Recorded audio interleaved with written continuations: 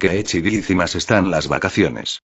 Oiga, doña Pelos, deme 2 quesadillas de masa azul de huitlacoche con queso porfa, y un refresco sabor rojo, porque ya va a empezar la Rosa de Guadalupe resumen semanal, muajaja XD.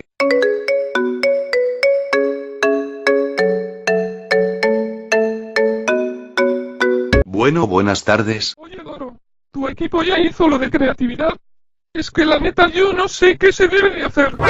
¿Cómo que había tarea?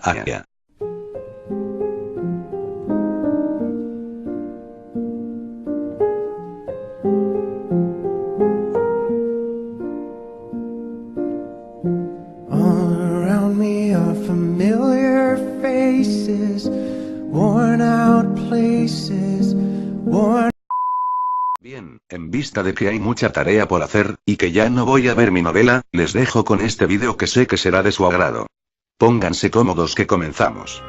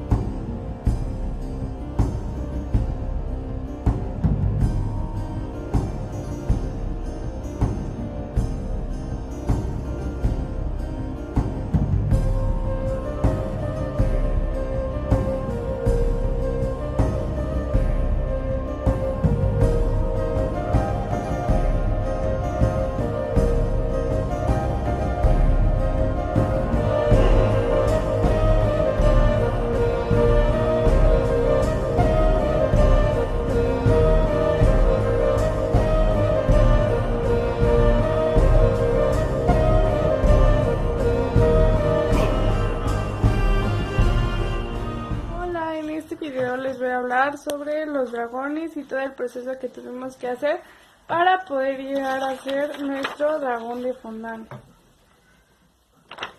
Primero tuvimos que ver unos videos que venían en el libro, que era el primero y el segundo hablaban sobre lo mismo, que era sobre los dragones, cómo estuvieron aquí, sobre si existieron o no, los diferentes tipos de dragones que hay. Y el segundo video habló sobre dragones, no, el tercero habló sobre dragones que todavía existen hasta la actualidad, que son pequeñitos, o son, bueno, había de diferentes tamaños y decía en dónde se encontraban. Ese fue el que más nos llamó la atención porque se nos hizo sorprendente que todavía existieran dragones. El cuarto video habló sobre un debate entre dragones y dinosaurios, sobre si fue evolución o creación. Sobre si fue evolución o creación, y ese no nos ayudó mucho porque fue un debate, no fue algo relevante. Pero nos guiamos en los videos anteriores para poder llegar a hacer esto con fondant, y fue un dragón de fuego. Y ya, eso. Lo que hicimos fue el dragón de fondant, que saldrá por aquí. En eso utilizamos obviamente fondant, gancitos, chantilly, un palito y colorante. Eso fue muy difícil, ya que tuvimos que moldear, cubrir los gancitos con el fondant para que no se destruyeran, moldear la cara, las patitas, la cola, todo. El segundo, que saldrá por aquí, fue la escultura con fruta. En ese utilizamos jícama, piña, pepino, manzanas, ¿qué más? Naranja, creo, y chilito. Eso fue porque nos tocó el tema de economía, el cual hicimos las tasas de interés, hicimos una figura articulada porque la economía está articulada, hicimos el signo del peso, el euro, unas barras, unas gráficas para que simularan como la economía. El tercer proyecto que hicimos fue el helado, creo, si no mal recuerdo. En ese hicimos helado de chocolate, hasta abajo ya hicimos todo el proceso, que es hielo, sal, y obviamente no fue helado, fue como la fruta que quisiéramos. Nosotros hicimos chocolate, le pusimos en un balde afuera hielo, y en otro balde más pequeño adentro estaba la fruta que quisiéramos. El hielo obviamente tenía sal para que no se conservara. Y ya con todo esto movimos, mezclamos, hicimos todo, y así nos dio el resultado. Para adornarlo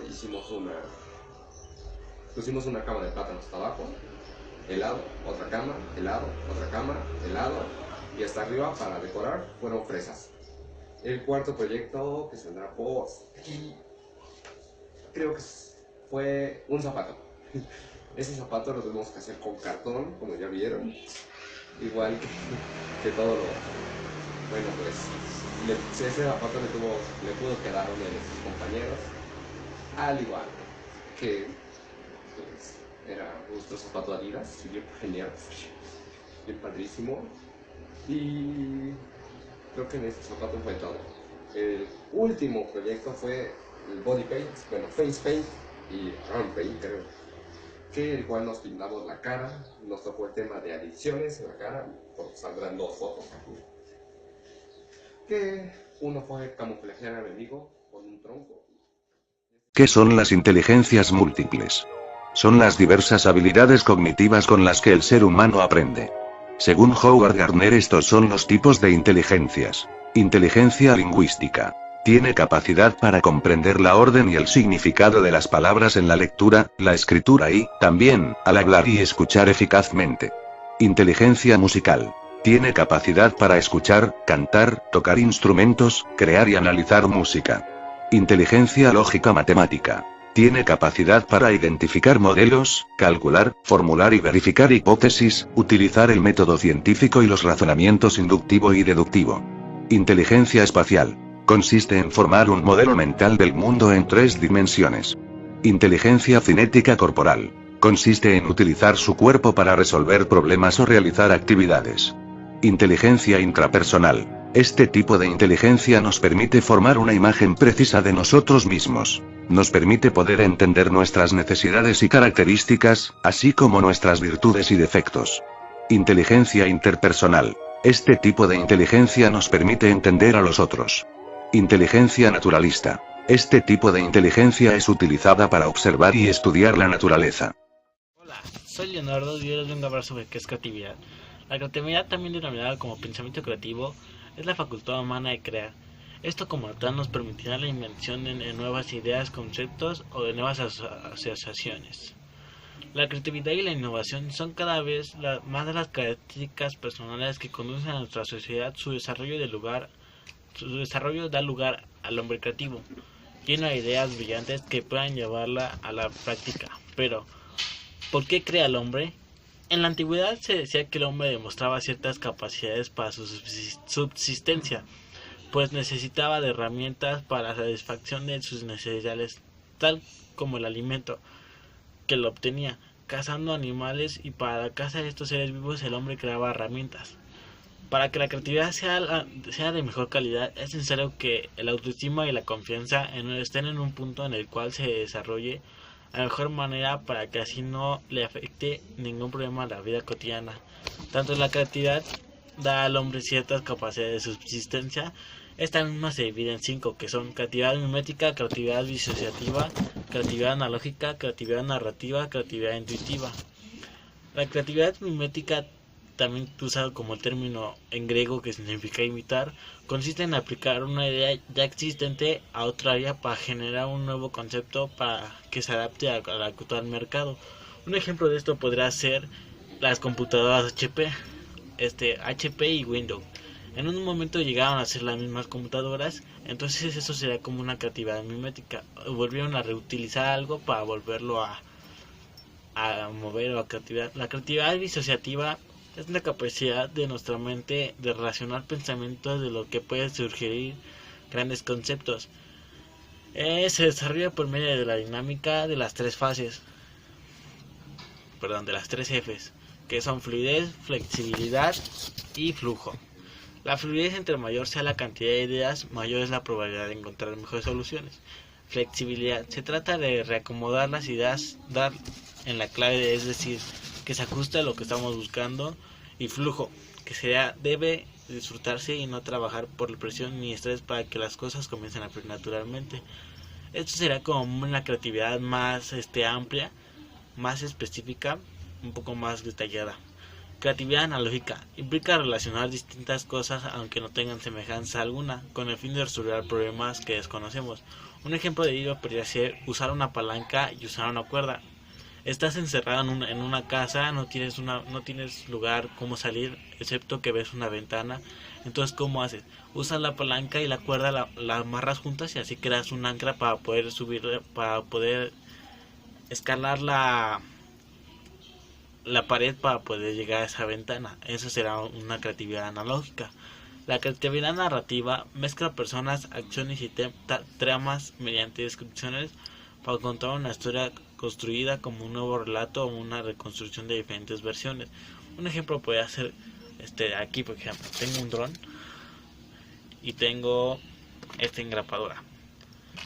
Vamos a hacer, es como contar un cuento. Había una vez un dron que voló muy lejos y se rompió un ala, entonces llegó la engrapadora y le ayudó a engraparlo. Eso sería una creatividad narrativa, crear una historia con objetos o cosas que tengas alrededor.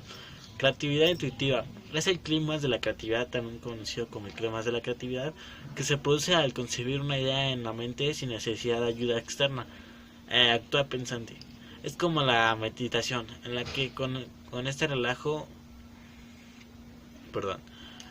con este relajado en un estado de conciencia que emanas fluidez. De acuerdo con el científico de Graf, este estado puede llegar más lejos de nuestro alcance.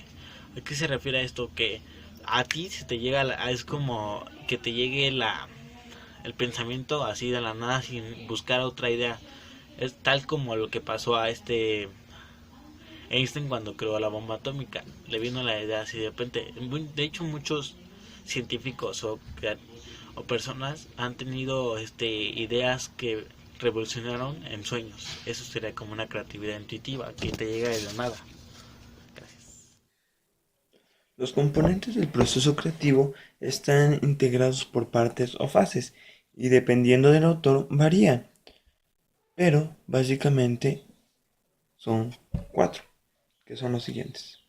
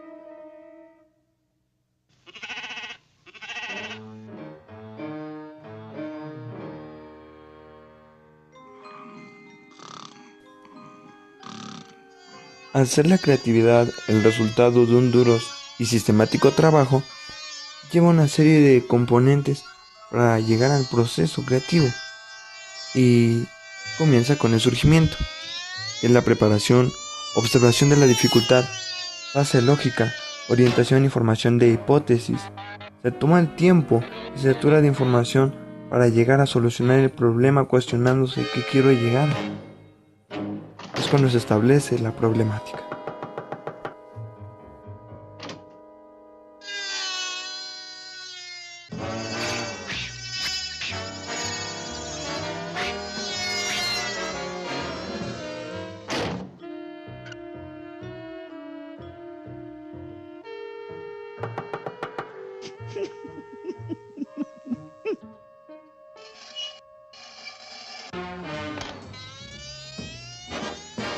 La segunda fase del proceso creativo se le llama previo.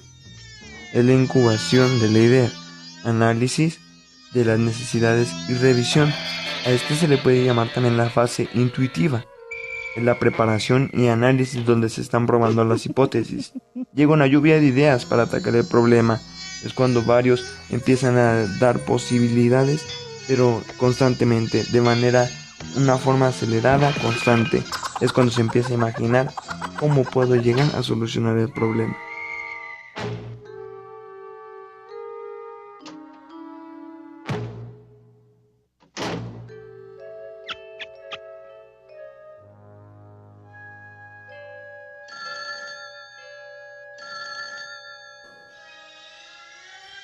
La tercera fase del proceso creativo lleva por nombre el momento, es decir, la iluminación.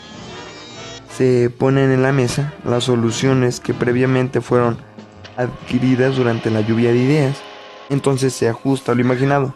Se van aquí discriminando las que no podrían llegar a ser posibles en nuestras manos. Se le llama también sublimación o éxtasis.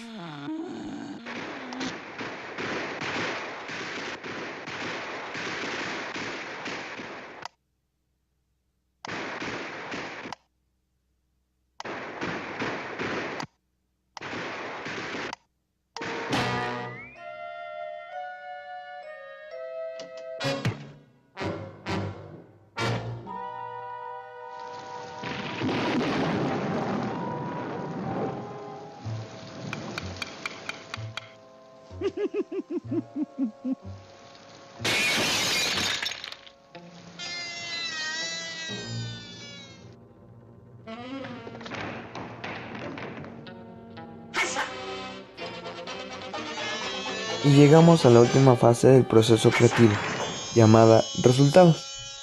Aquí se verifica y se ve la solución y perfeccionamiento de la idea. Esta es la fase crítica de todo el proceso, porque lleva la síntesis y la evaluación de resultados. Se lleva a la publicación, en la cual vemos y aplicamos en la vida real todo lo previo. Es cuando ya es el final y puede llamarse también como el producto de todo este proceso.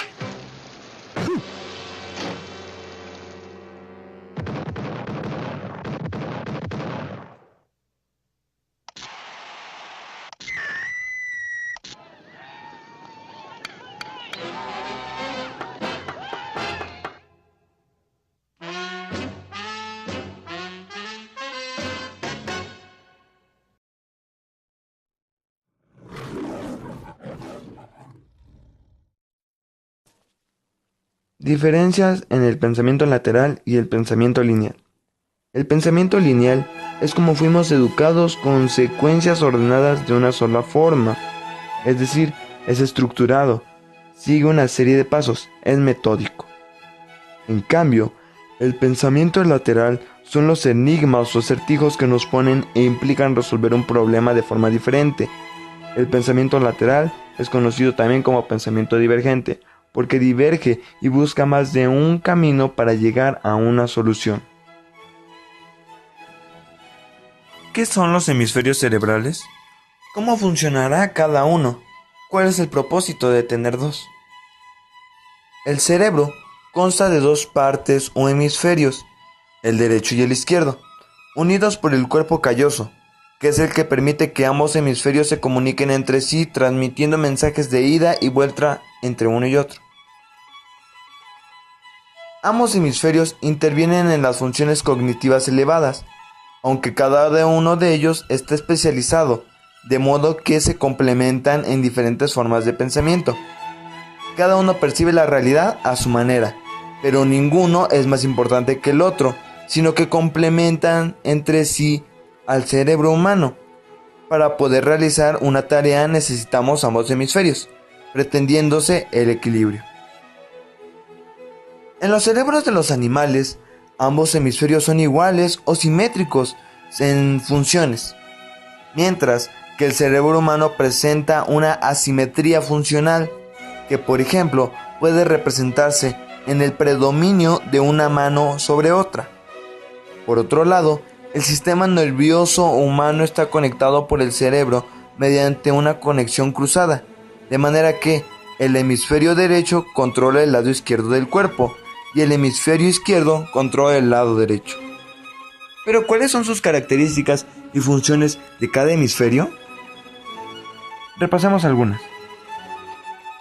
El hemisferio izquierdo está especializado en el pensamiento simbólico, el razonamiento, el lenguaje hablado, la lógica, el lenguaje escrito, el pensamiento analítico, habilidad científica, la escucha, la habilidad numérica y control de extremidades del lado derecho, como ya lo habíamos escuchado previamente.